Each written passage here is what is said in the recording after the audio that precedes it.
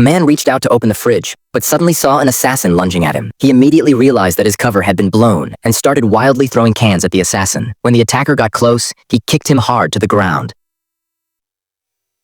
Then, Dan casually grabbed a pack of diapers, and in front of everyone's shocked eyes, he quickly walked to the front desk to check out. As a former top-level assassin, he knew this was far from over. Next, Dan smoothly drifted back home. He hurried to the staircase, pulled out a long hidden duffel bag filled with weapons and expired passports. To get his wife and kids out of danger, Dan immediately called his all-capable partner Augie, asking him to prepare international passports for the whole family. Meanwhile, Dan rushed to his daughter's school, planning to pick her up immediately, but when he entered the classroom, she was nowhere to be seen. Luckily, relying on his knowledge of his daughter, he roughly guessed where she might be. Soon, Dan found his daughter and took her with him. Before the assassin could catch up, he still had to find his son and wife first. Fortunately, his son was just at a friend's house playing video games. After receiving a message from his friend, he panicked about getting scolded by his father and ran out. Seeing his son safe, Dan quickly gathered both kids and set out to find his wife, Jessica. But halfway there, Dan noticed a car following them. To see if it was the assassin, he deliberately drove into a tunnel as a test. Luckily, the car didn't follow. Dan exhaled in relief and successfully reunited with his wife, telling the kids they were going on a trip. He didn't explain much to his wife, just urged her to quickly get into the car. But it was already too late. The assassin had anticipated his move, laying an ambush to take them all out at once. Just then, a bus happened to pass by, and Dan vanished behind its shadow. When the assassin reached the garage,